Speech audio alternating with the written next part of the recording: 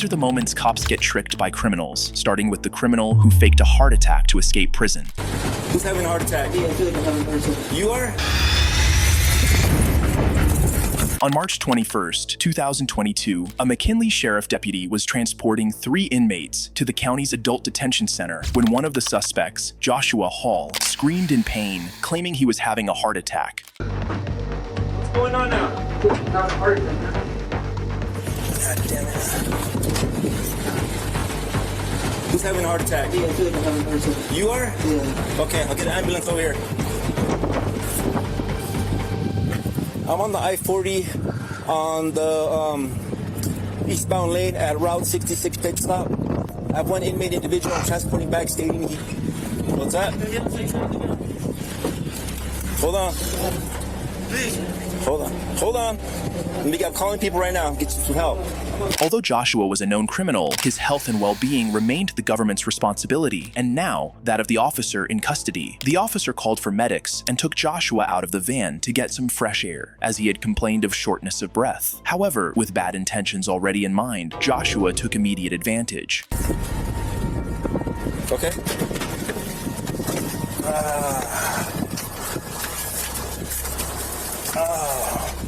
Watch your step. Have a seat right there. What's going on now, sir?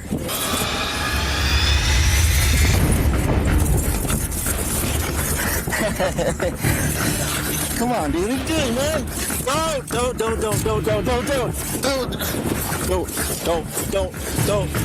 It's not worth it, dude. It's not worth it. It's not worth it. Help!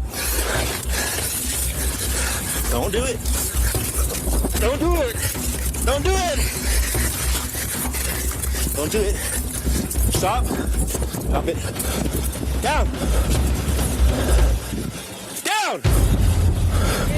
Yeah! After somehow freeing himself from his cuffs, Joshua initially gained the upper hand by punching the officer and attempting to retrieve his gun. However, the officer soon regained control, putting Joshua back on the defensive, though not for long. Get over here!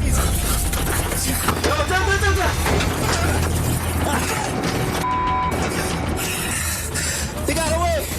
They got away!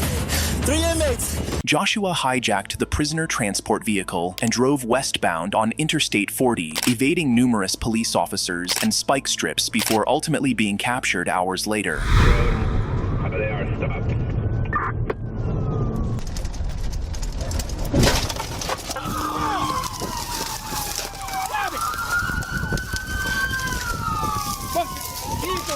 Arrest. Joshua Hall, a career criminal, faced new charges, including 2 counts of kidnapping, receiving or transferring a stolen vehicle, assault with intent to commit a violent felony, aggravated fleeing, property damage, and driving with a revoked license. The next suspect managed to escape prison by outsmarting the officers. On a routine prisoner transport, Riverside Police were escorting Donald Nisley, along with several other inmates, to the Montgomery County Municipal Court facility. The transfer was proceeding as planned, with officers carefully leading the shackled prisoners from the transport van into the building. Surveillance footage later revealed that as the officers focused on moving the other inmates, Nisley subtly maneuvered himself out of their direct line of sight, slipping behind the transport van. His movement went unnoticed in the brief but critical moment when officers were preoccupied. Alone and unobserved, Nisley quickly recognized an opportunity to escape. What followed was a daring and reckless attempt. Nisley quickly formulated an escape plan. He checked the van and found it unlocked. Knowing that everything was going according to his plan, he didn't want to make any mistakes. He then discreetly approached from the opposite side and discovered that the keys had been left inside the vehicle. Quickly, he started the engine and drove the van through the closed garage door, initiating his escape. Moments after the deafening crash, guards were alerted by the sudden noise. Rushing to investigate, they were stunned to discover the transport van missing and the garage door demolished. A swift head count confirmed their fears. Inmate Donald Nisley had orchestrated a daring escape. Realizing the gravity of the situation, authorities immediately initiated a manhunt to apprehend the fugitive. Donald briefly tasted freedom, but not for long. Officers quickly gave chase and found the van, half a mile from where he had escaped, crashed into a line of trees. Although Donald wasn't in the vehicle, he was apprehended a few minutes later and he faced additional charges. In the next case, the suspect, a fragile, unclothed woman, used what was considered a disadvantage to deceive the unsuspecting cop. Hey! You okay? Where's all your clothes out?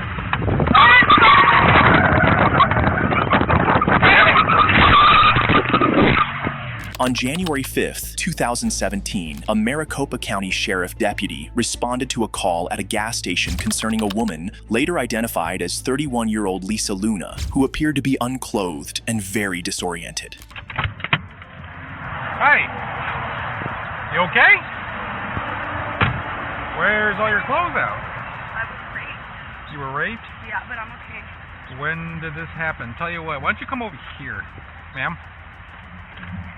What's your name? Hey, can you come over here away from the crowd and talk to me? Like a jacket or something? Stand right here. I'll see what I can get for you, alright? The officer tried to assist Lisa, who claimed she had been improperly touched. He retrieved blankets for her to cover up. However, Lisa had other plans in mind.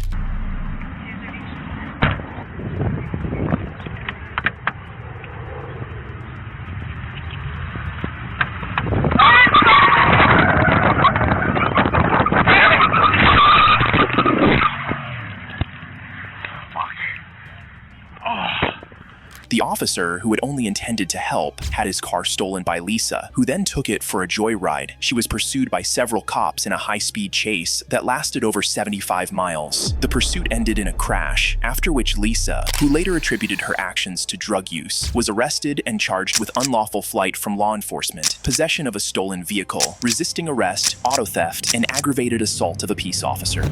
Handcuffs were no match for the next suspect, as the officers who had confidently placed her in their car were in for the shock of their life. Yeah, about that. God dang! On September 2nd, 2017, Lufkin police officers arrested 33-year-old Tasha Sponsler for shoplifting. However, as she was being escorted to the backseat of the police car, and the officers were busy calculating the value of her stolen items, Sponsler quickly pulled a fast move on the cops.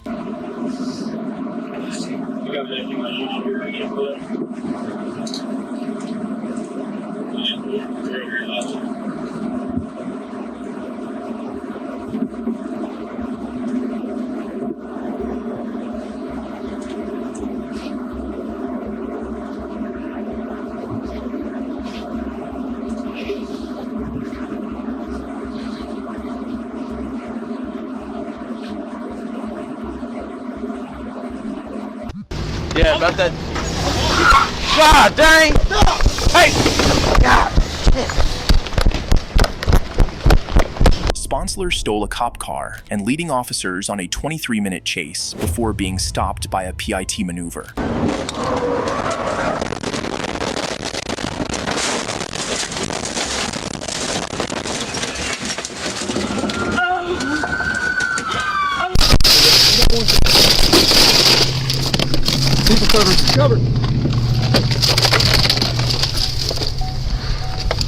Sponsler escalated the issue from a misdemeanor shoplifting charge to multiple serious offenses, including evading arrest with a vehicle, escape causing serious bodily injury or threat of a deadly weapon, and unauthorized use of a motor vehicle. Showing a habit of poor decision-making, Sponsler rejected a plea deal for 16 years in prison, opting instead for a jury trial, which resulted in a 45-year prison sentence.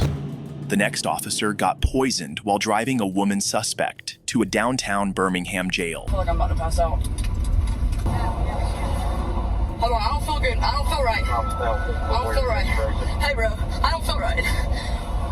I don't feel right. On March 27th, 2021, Officer Deanna Marshall and her team raided a suspect's home after receiving tips about illegal substances. However, while transporting the suspect to jail for questioning, she suddenly began to feel unwell, experiencing symptoms that quickly became alarming.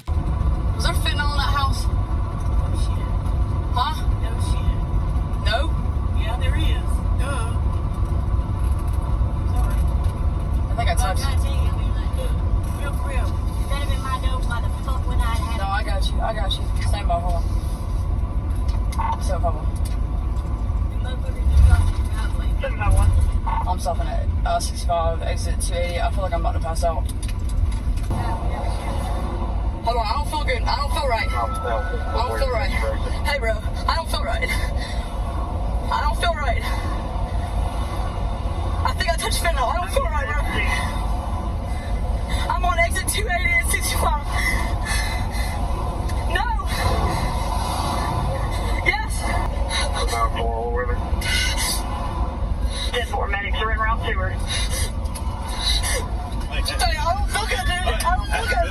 Give me your exact location. You on the side of the freeway or on the exit? I don't feel good, bro. I'm like really numb, bro. I'm really numb.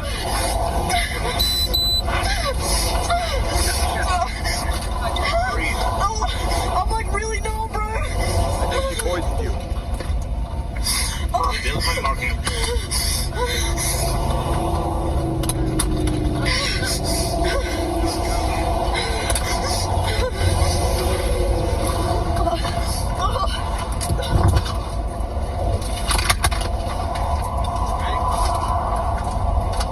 Realizing she was exposed to fentanyl, Marshall pulled over and called for help as her body began shutting down. Fellow officers arrived and administered 2 doses of Narcan, stabilizing her before transporting her to a hospital. She later recovered, expressing gratitude for her team's quick response and life-saving actions.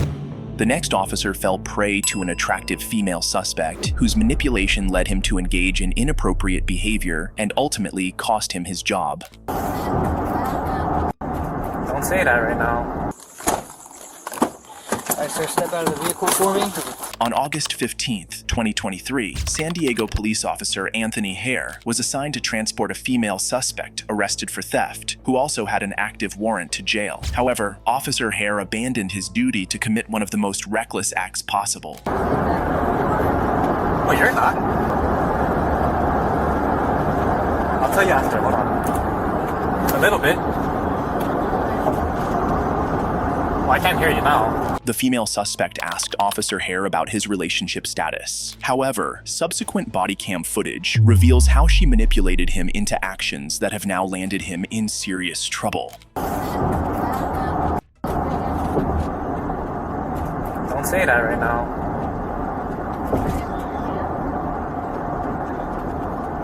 No, I said don't say that right now because everything's being recorded right now. Officer Hare then switched off his body camera, got into the backseat of his car, and proceeded to engage in inappropriate behavior with the suspect. He might have gotten away with it, if not for one crucial mistake he made. After spending over an hour in the backseat with the suspect, he realized he had locked himself inside, with the rear doors only operable from the outside. With no other option, Hare was forced to call his department and report that he was trapped. Another officer was dispatched to rescue him.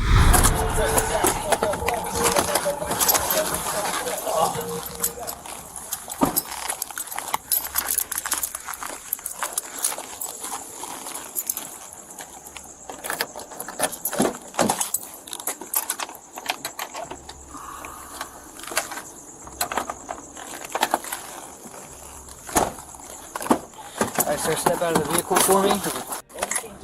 Okay, hold on, let me turn my camera off. The responding officer also turned off his body camera, but the incident was far from over. An internal investigation was launched into Officer Hare's actions, as his claim that he was merely checking on the suspect when the car was accidentally locked was not believed. During the inquiry, Officer Hare was asked to reenact how he supposedly became trapped, and it was secondhand embarrassment all through the demonstration. Okay, you mind just showing us?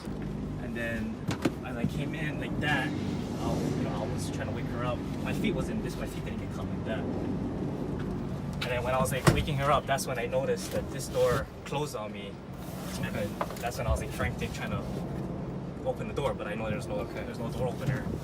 And then from then she was able to. So I was like this majority of the time. I was trying to get her up because her face was right here. Okay. Right here, and then I was trying to like wake her up to get her up. And then next thing you know, I hear the door close on me. I was frantic. I was looking, and then that's when she started to kind of like, I guess, wake up or get dazed off, whatever. And then that's when I asked her like, "Hey, are you having a hard time breathing?" She said, "No." "Do you need medics?" "No." I was like, "Okay, all right, just stay right there." And then that's when I was trying to open the door. Okay. And then that's when I went on D2. All right, you can jump up. What's your butt? Although Officer Hare denied any sexual misconduct, the discovery of trace amounts of semen on his belt severely undermined his defense. While the investigation failed to reach a definitive conclusion about what transpired while he was locked in the back seat, Officer Hare lost his job regardless. In the next case, a female suspect who had been secured in the police car proved to be far from secure as she managed to take control of the officer's rifle and open fire. We need backup immediately. Start EMS. Start EMS. We got a civilian. Hit. What the heck? While conducting a welfare check in an Oklahoma neighborhood, deputies from the Grady County Sheriff's Office spotted and arrested Rachel Clay after finding her crawling and barking in the yard of an unfamiliar property. They placed her in handcuffs and secured her in the patrol car. However, while inside the vehicle, Clay managed to free herself from the handcuffs and attempted to escape. From the back seat, she reached through the partition into the front, accessed a switch to unlock the gun locker, and retrieved a rifle. She then loaded the weapon, aimed it out the rear window, and opened fire on both officers and civilians engaged in conversation nearby. Ow! What was that? Oh, man, Danny, I'm hit right here. Yeah. I'm hit right here too, Danny. Hit in the head. 2615 County, we got shots fired up here. We need backup immediately. Start EMS. Start EMS. We got a civilian.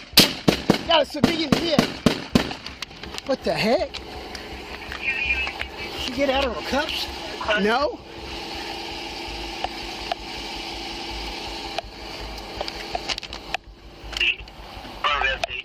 Did he go in? Stay in. You see her, Danny? You got eyes on? Huh? Shots fired. Get over here. Get over here. Your dad's hit, man.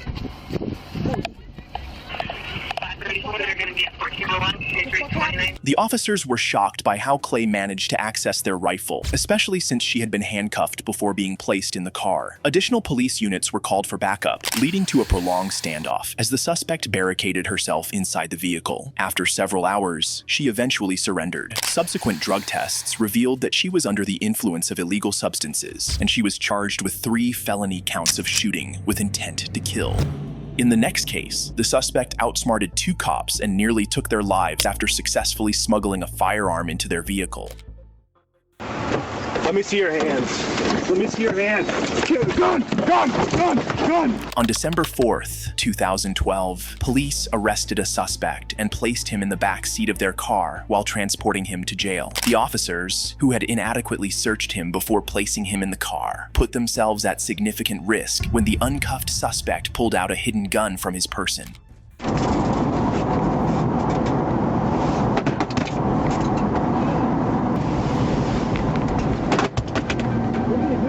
Kicking something? I'm kicking something. Huh? I'm kicking something. Stop kicking stuff. Alright, my bad. Huh? My bad. I just don't know what the hell I did wrong.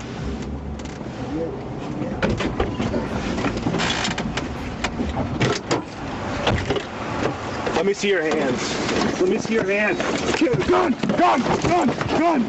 You got it? Got it. You stupid. I'm not.